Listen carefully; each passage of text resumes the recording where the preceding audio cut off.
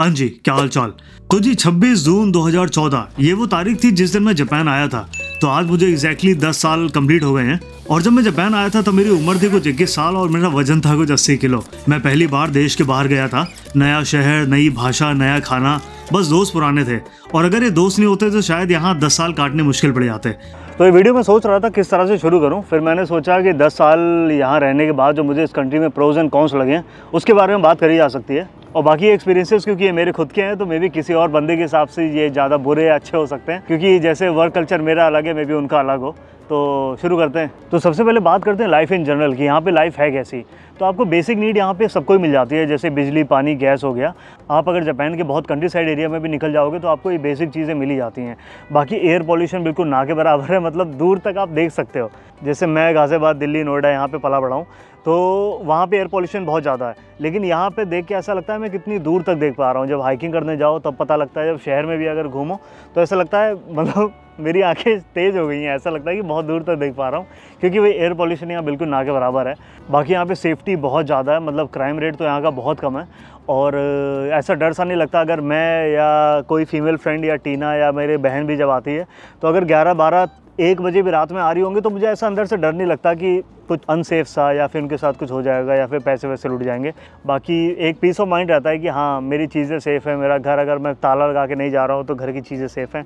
भले ही मेरी साइकिलें यहाँ 2 बार चोरी हो चुकी हैं, लेकिन इन जनरल क्राइम देखने को नहीं मिलता है। बाकी यहाँ पे लोग हेल्पफुल हैं, फ्रेंडली हैं। अगर आप कोई रास्ता पूछो तो आपको घर तक छोड़ के आते हैं।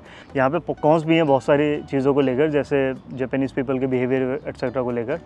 तो जी अगर मैं कॉन्स के हिसाब से बात करूँ तो जापान में बहुत सारे हैं। मतलब अगर आप रहने के हिसाब से देखो तो सबसे पहले घर पे आते हैं। घर का रेंट यहाँ पे बहुत ज़्यादा है। मतलब ओसाका सिटी या टोक्यो सिटी में रहते हो तो आपको मेन सिटी में रेंट बहुत ज़्यादा देना पड़ेगा। अक्सर लोग क्या करते हैं, यहाँ से ना 1 या 1.5 घंटे दूर अपना घर लेते हैं और फिर रोज़ कम्यूट करते हैं। और कम्यूट का टाइम बहुत ज़्यादा चला जाता है और सुबह और शाम को तुम्हारे ट्रेन में बहुत ज़्यादा भीड़ होती है। अब आते हैं रेसिज्म पे। तो रेसिज्म जापान में मतलब बहुत ज़्यादा नहीं है। मतलब कई लोग उसको इस तरह से देखते हैं कि ट्रेन में तुम्हारे बगल में कोई बैठता नहीं है, तो मुझे ये रेसिज्म नहीं लगता। मैं 10 साल यहाँ रह चुका हूँ और यहाँ पे जापानीज़ के बगल में भी जापानीज़ बंदा नहीं बैठता है, तो वो ऐसा नहीं है रेसिज्म की बात है, क्योंकि यहाँ पे तो रेस तो सेम ही है। बाकी मुझे जो रेसिज्म लगता है वो इसमें लगता है कि जैसे हमको घर लेने में थोड़ी दिक्कत हो जाती है। बहुत सारे डीलर्स हैं जो आपको मना कर देंगे आपका नाम देखकर कि आपका नाम फॉरेनर है, फॉरेनर साउंड करता है, तो आपको घर नहीं मिलेगा। और बाकी एक बार हुआ था कि कैंपिंग ग्राउंड हम गए थे तो उन्होंने नाम देखा अजय पांडे और मेरी कैंपिंग ही कैंसिल कर दी थी। बाद में उन्होंने बताया कि कुछ दिनों पहले वहाँ पे फॉरेनर्स आए थे, उन्होंने गाने वाने बजाए थे रात भर। तो इस तरह से भी परसेप्शन बन जाता है कि फॉरेनर्स का कि वो जापानीज़ सोसाइटी में थोड़ा सा ना घुल मिल के रह नहीं पाते हैं। बाकी एक किस्सा मेरे साथ हुआ था कि मैं, अमित और संदीप एक ही फ्लोर पे रहते थे और वहाँ पे लिफ्ट के पास ना किसी ने कुछ पता नहीं वॉमिट थी या ड्रिंक थी किसी ने डाल दी थी। तो जो कांडिडेंट था, जिसने, जो हाउस मैनेजमेंट का बंदा होता है, बिल्डिंग मैनेजमेंट का, उसने क्या किया, इंग्लिश में सिर्फ लिखा कि डोंट लिटर हियर, इस तरह से लिखा हुआ था। तो उसके दिमाग में वैसी सोच थी कि इस बिल्डिंग पे, इस फ्लोर पे चीज़ें फैली हुई हैं तो ये फॉरेनर्स नहीं करी होगी, तो इंग्लिश में लिख देता हूँ। तो ये परसेप्शन बना हुआ है लोगों का। तो थोड़ा बहुत रेसिज्म के बिट्स ऐसे दिख जाएंगे, लेकिन ऐसा हार्डकोर रेसिज्म नहीं दिखेगा। जैसे कि आपको क्लब में एंट्री ना मिले, आपको रेस्टोरेंट में घुसने ना दिया जाए, या आपको किसी टूरिस्ट स्पॉट पे मना किया जाए, तो ऐसा कोई रेसिज्म नहीं मिलता आपको। और एक चीज़ यहाँ पे मैंने ये भी देखी है, जापान के लोगों के बारे में बात करूँ तो यहाँ के लोग पोलाइट बहुत हैं, हेल्पिंग बहुत हैं, लेकिन फ्रेंडली इतना नहीं है। मे बी फ्रेंडली की डेफिनेशन हमारे इंडिया में अलग होती है और जापान में अलग होती है, क्योंकि अगर आप इनसे एड्रेस पूछोगे तो ये आपको वहाँ छोड़ के आएंगे। मतलब बहुत बार मेरे साथ हुआ है कि मैंने इनसे बस स्टॉप की लाइन पूछी है या फिर आपसे ट्रेन की स्टेशन पूछा है, तो ये लोग मुझे वहाँ छोड़ के आते हैं और फिर वापस आते हैं। ऐसा मैंने और कहीं नहीं देखा। मतलब हाथ से डायरेक्शन नहीं बताएंगे कि यहाँ से वहाँ मुड़ जाओ, तो वहाँ तक छोड़ के आते हैं कि बंदा ठीक ठाक से पहुँच जाए। और फ्रेंडली मैं इसलिए नहीं बोल रहा हूँ, जैसे इंसिडेंट बताऊँ कि मैंने अपने एक ऑफिस में एक बंदे से पूछा तुमको यहाँ जॉब करते हो कितना टाइम हो गया, तो वो कह रहा था 10 साल हो गए। मैंने कहा ऑफिस में कोई फ्रेंड है, अच्छा फ्रेंड, क्लोज फ्रेंड? उसने कहा हाँ है मेरा फ्रेंड। तो मैंने कहा अच्छा, कि आप उनकी फैमिली मेम्बर से मिले हो या फिर उनके बच्चों से मिले हो या कोई फैमिली में इनवाइट किया हो कभी? तो कह रहा ऐसा तो नहीं। मैंने कहा हाँ वही है कि इंडिया में फ्रेंडली की डेफिनेशन अलग होती है, जापान में अलग होती है।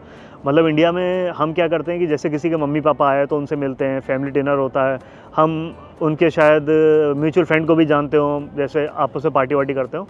हम जैसे घुल मिल जाते हैं ना एक दूसरे के फ्रेंड की फैमिलीज़ के साथ भी, यहाँ पे ऐसा नहीं है वो। बाकी गलत या सही वो भी नहीं है, मतलब चीज़ें देखने के दो पर्सपेक्टिव हैं। और एक चीज़ मैंने यहाँ पे ये भी देखी है कि यहाँ पे लोग इंट्रोवर्ट बहुत ज़्यादा हैं। मतलब आपको यहाँ खाना खाते हुए अकेले दिख जाएंगे, मूवी देखते हुए लोग अकेले दिख जाएंगे। हमारे यहाँ तो हम लोग मूतने साथ में जाते थे 2-3 लड़के लेके, तो इतना तो अंतर आता है पर्सनैलिटीज़ में भी कि आप यहाँ पे जब आते हो तो आपको लोग वैसे नहीं मिलेंगे, मतलब इतने फ्रेंडली, इतने वेलकमिंग और इतने घुल मिलनसार नहीं बोलते हैं जैसे वैसे।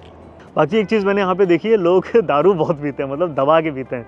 लेकिन वो है कि दारू, इसको प्रो या कॉन्स में नहीं बोल रहा हूँ, क्योंकि दारू यहाँ पे पीने के बाद भी ना लोगों ने बहुत पी रखी होगी, फिर भी आपके साथ छेड़ाखानी नहीं करेंगे, छीना झपटी नहीं होगी और अपना दारू पियेंगे और रोड में इसी साइड में लेट जाएंगे। उनका वॉलेट पर्स सब पड़ा होगा, कोई उठाने वाला नहीं होगा। तो ऐसा है कि सेफ़ है यहाँ पे, मतलब अगर आप दारू भी पी के बंद है ना कोई बंदा, तो उसके बगल से भी निकलोगे तो वो छेड़ाछाड़ी नहीं करेगा। तो लोग अल्कोहलिक हैं, लेकिन अल्कोहल के जो बैड इफ़ेक्ट्स होते हैं वो सोसाइटी में नहीं दिखते, तो ये एक प्लस पॉइंट है मैं कहूँगा। और एक चीज़ मैंने जापान में देखी है कि तुम्हारे visa office, passport, ward office और जितने भी तुम्हारे सरकारी काम होंगे ना, या फिर हॉस्पिटल भी, ये सारे तुम्हारे वीकेंड में बंद होते हैं। तो अगर तुम्हें ये सारे काम कराने हैं ना, तो तुम्हें वीकेंड में ऑफिस से छुट्टी लेके जानी पड़ती है। और यहाँ के अगर हॉस्पिटल होंगे तो उसकी भी दवाई बहुत स्ट्रॉन्ग नहीं होती, जैसे इंडिया में तो ओवर द काउंटर में ले लेते हैं ना, कॉम्बली फ्लेम हो गई या फिर कोई भी छोटे मोटे बुखार और सर दर्द की दवा। लेकिन जापान में आपको बिल्कुल नहीं मिलेगी, मिलेगी तो बहुत कम mg की मिलेगी, वो भी तुम्हें ऐसा होता है कि पता नहीं, मेरे पे तो असर नहीं करती वो। तो मैं इंडिया से डिब्बा लेके आया हूँ, उसमें लेमोफेन है, कॉम्बली फ्लेम है, पैरासीटामॉल है, ये सारी चीज़ें हैं। तो कभी कभार जो ज़रूरत पड़ती है तो मैं ले लेता हूँ। बाकी यहाँ हॉस्पिटल का थोड़ा ऐसे सीन है। और ये भी है कि यहाँ के डॉक्टर ना बहुत ज़्यादा मतलब क्वालिफाइड तो हैं, लेकिन एक्सपीरियंस नहीं है। जैसे इंडिया में तो पॉपुलेशन इतनी है ना कि बंदा अगर क्वालिफाइड कम भी होगा तो उसको एक्सपीरियंस से नॉलेज हो जाती है। लेकिन जापान में ऐसा है कि वो तुम हॉस्पिटल जाओ, वो तुमसे खुद ही पूछेंगे तुम्हें क्या लगता है कि तुम्हें बुखार है, तुम्हें क्या लगता है कि तुम्हें ये दवा दे दूँ, तुम्हें क्या लगता है इंजेक्शन दे दूँ। तो यहाँ पे ऐसा कुछ सिस्टम है। अच्छा, एक चीज़ जापान में जो अलग मानी जाती है वो है यहाँ का वर्क कल्चर। लेकिन भगवान की दया से भाई मेरा वर्क कल्चर बिल्कुल सही चल रहा है। मेरी इंडस्ट्री भी अलग है, तो मे भी जो अलग इंडस्ट्री के लोग हों उनको थोड़ी सी अलग चीज़ें फेस करनी पड़ती हों। जैसे मैं ऑफिस में 10 बजे तक सिर्फ 10 साल में 2 बार रुका हूँगा, उसके अलावा मतलब ऐसे ही मैं 10 से 7:30 बजे तक मैं निकल जाता हूँ, और उसमें 1 घंटे का मेरा लंच ब्रेक होता है। इनफैक्ट इंडिया में जब मैं था ना तब मेरी ज़्यादा लगी रहती थी। तो जैसे मेरी तो इंडस्ट्री अलग है, लेकिन मान लो किसी की टूरिज़्म की इंडस्ट्री हुई या सर्विस इंडस्ट्री जो होती है, जैसे रेस्टोरेंट वगैरह बिजनेस हो गया या फिर होटल्स वगैरह का काम हो गया, वहाँ पे मे बी वर्क कल्चर थोड़ा टॉक्सिक हो सकता है। लेकिन हाँ, यह ब्लैक कंपनी, लेकिन मेरा अभी तक ठीक चल रहा है। टीना से पूछते हैं उसका क्या है। My company that I used to work in first year was a typical Japanese bike company. So like if you have a manager with you, like until she leaves, you cannot leave. Or like lunch break, even if you have 1 hour, they always come back in like 40 minutes. Like you can't spend 1 hour. Or like you need to minimum stay till like 6 p.m. You can't leave at like 5:59 even if you finish all your job. Or like if your boss tells you like let's go drink, you need to go and you need to sit next to the boss and you need to pour like alcohol for them. That's like I think it's only in Japan. Or like you have to respect your elderly. Like if you be too friendly with them, they tell you off. Like they ask you to be more, how to say, formal to them. So it's really different from Western culture or Indian culture. अब जैसे मेरी जो company है उसमें काफ़ी foreigners हैं, तो may be इस वजह से थोड़ा वर्क कल्चर अलग हो सकता है। लेकिन जो टोटल जैपनीज़ कंपनी होती हैं उनका क्या रहता है कि जैसे टाइम से 10 मिनट 15 मिनट पहले आना है और आपको सबको ग्रीट करना है सुबह आके। और कई जगह तो जो जूनियर्स होते हैं वो आपका डस्टबिन वगैरह से सामान वामान भी उठाते हैं। तो मेरी कंपनी थोड़ी सी इंटरनेशनल है, तो मे बी इस वजह से अलग हो। लेकिन हाँ, जैसे टीना बताती रहती है कि इनका वो रहता है कि तो अगर नोमी का अगर उन्होंने बोला है कि ऑफिस के बाद जो दारू पीते हैं वो पीने नहीं जाते हैं, तो फिर वैसा लगता है कि जूनियर्स को ना वो किया जाता है, फोर्स किया जाता है कि आप ये सर्टेन चीज़ें फॉलो करो। तो मतलब मैंने ये फेस नहीं करी है, तो लोगों का एक्सपीरियंस मेरे से बहुत अलग हो सकता है क्योंकि मेरी इंडस्ट्री अलग है। और प्रोस की बात हो रही है तो यार ये तो सबको ही पता है कि जापान साफ़ बहुत है और यहाँ पे कूड़ेदान नहीं है। मतलब सब लोग अपना कूड़ा ना अपने बैग में रख के उसको घर में फेंकते हैं। और जैसे यहाँ भी देखो पूरा साफ़ पड़ा हुआ है, लेकिन यहाँ एक भी कूड़ेदान नहीं है। तो मतलब वेंडिंग मशीन के बगल में बोतल डालने के लिए सेक्शन होता है, लेकिन ऐसा कुछ पॉलीथीन वगैरह पेपर वगैरह फेंकने की कोई ऐसी जगह नहीं है डेडिकेटेड। लोग जागरूक है मैं कहूँगा कि अपना कूड़ा खुद ही लेके जाते हैं। और एक चीज़ जापान में मैंने देखी है, जापान शांत बहुत है। मतलब एक तो यहाँ पे लोग इंट्रोवर्ट हैं, इतना बात नहीं करते हैं। और जैसे आप ट्रेन में भी जाओगे, ट्रेन पूरी भरी होगी लेकिन आपको बिल्कुल सन्नाटा होगा, कोई सुनाई नहीं देगा होगा। अभी भी यहाँ पे जैसे 10-15 लोग दौड़ते हुए जा रहे हैं, घूम रहे हैं आसपास, लेकिन बात सब अपनी टोन में कर रहे हैं, शायद मेरी ही ऊंची आवाज़ होगी। बाकी शांत है जापान, मतलब अगर आप गाँव में निकल जाओगे तो आपको बिल्कुल शांत मिलेगा। तो जिसको आइसोलेशन पसंद होगी ना, जिसको अलोन टाइम पसंद होगा, उसके लिए जगह जन्नत है। इंट्रोवर्ट्स के लिए जगह जन्नत है। ऐसी वाइब है कुछ जापान की। अच्छा, जापान में मैंने एक चीज़ ये भी देखी है कि बाहर की दुनिया में क्या चल रहा है ना, इनको ज़्यादा आइडिया नहीं होता, क्योंकि वही है कि वर्ल्ड में सारी इंग्लिश में न्यूज़ चलती है और यहाँ पे इंग्लिश हिंदी लोग समझते नहीं है। तो जो न्यूज़ जापानीज़ में जितनी ट्रांसलेट हो पाती है उसी हिसाब से इनका पर्सपेक्टिव बनता है। तो जैसे एक बार मैं मीटअप में गया था, तो वहाँ पे इंडिया से मैं था, तो वो जापानीज़ थी, वो प्रॉपर जापानीज़ ही बोलती थी, उसको इंग्लिश नहीं आती थी। तो मैंने उससे ऐसे पूछा, अभी इंडिया गए हो? कह रही नहीं इंडिया तो कोई है, मतलब डर लगता है, वहाँ बम फटते हैं। मैंने कहा बम फटते हैं? फिर ऐसी बात हुई कि वो कह रही, ऐसे अफ्रीका की कंट्रीज़ के बारे में बात हो रही थी, तो मैंने कहा केन्या वेन्या जाने का मेरा बहुत मन है। तो कह रही थी वहाँ पे तो वो हैं आतंकवादी, आईसिस वगैरह। मैंने कहा अरे पागल, वो सीरिया है, केन्या कहाँ पर है?